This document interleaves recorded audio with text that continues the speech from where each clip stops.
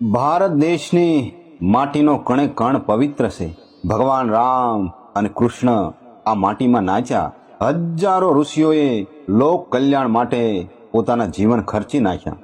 સેંકડો સંતો ભક્તોએ લોકોના હાથ પકડી તેમને યોગ્ય રસ્તે લઈ ગયા. ભારતનું આકાશ અનેક સંતો ભક્તોના તારલાઓથી ઝગમગે છે. એવા જ પરમ સંત કુબા ભગતને આજે આપણે વંદન કરીએ.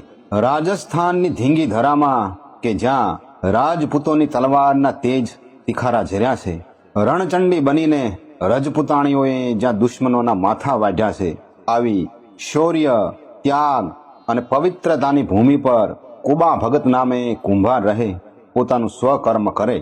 એવા કુંભાર જ્ઞાતિમાં જનમિયા, અજી કરતા માટીનું રે કામ.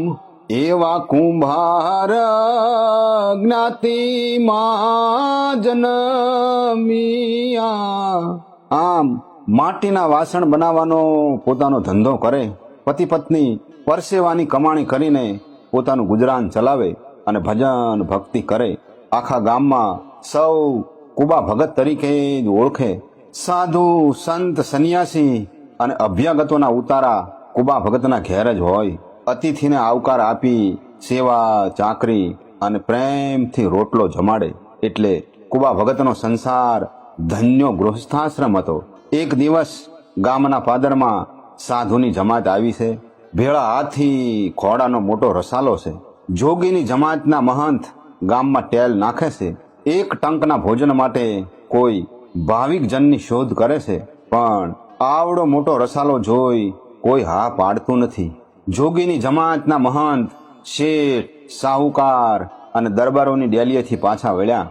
ગામમાં કોઈએ સાધુની મશ્કરી કરવા માટે કહ્યું, એ મહારાજ, આ ગામમાં કુબા ભગત વગર તમને કોઈ જમાડશે નહીં. કોણ કુબા ભગત? ગામમાં કુબા ભગતનું નામ બહુ મોટું છે. એના આંગણેથી કોઈ દિવસ કોઈ ભૂખ્યું જતું નથી. સાધુ સંતો તો ચાલ્યા કુબા ભગતના આંગણે. જઈને જુએ છે તો કુબા ભગત તો ચાંકડો ફેરવી રહ્યા છે. તેમના ઘેરથી માતાજી માટીના પિંડા અંબાવી રહ્યા છે. સંતોને આંગણે આવેલા જોઈ કુબા ભગત અને માતાજીના હૈયે હરખ હમાતો નથી.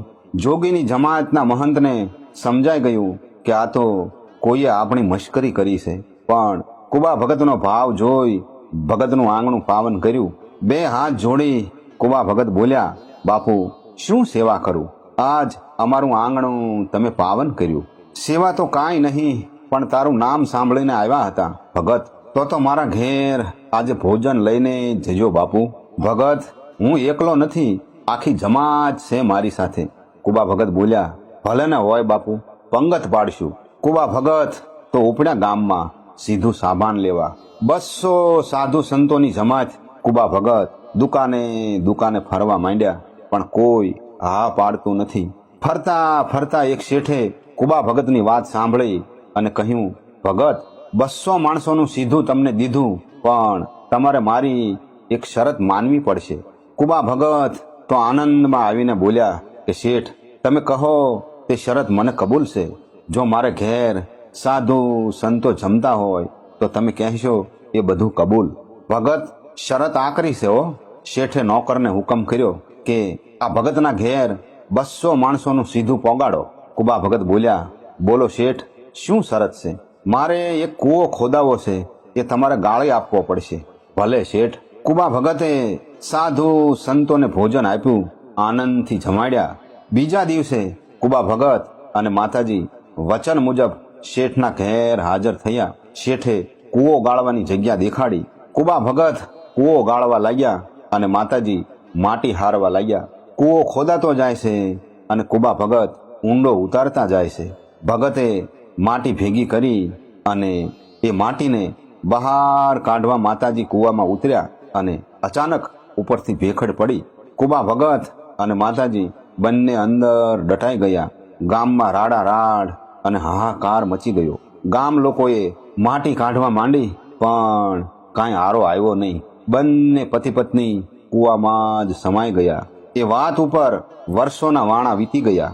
કૂવાનો ખાડો નિશાની રૂપ રહી ગયો. સૌ એને ભગત વાળો કૂવો કહેતા. એક દિવસ ગામને પાદરેથી સંઘ નીકળ્યો અને કૂવાવાળી જગ્યાએ પડાવ નાખ્યો. અધરાત થઈ છે ત્યાં તો સંઘ ઝબકીને જાગી ગયો. કરતાલ અને ઝાંઝ પખાદના અવાજ સંભળાવા લાગ્યા.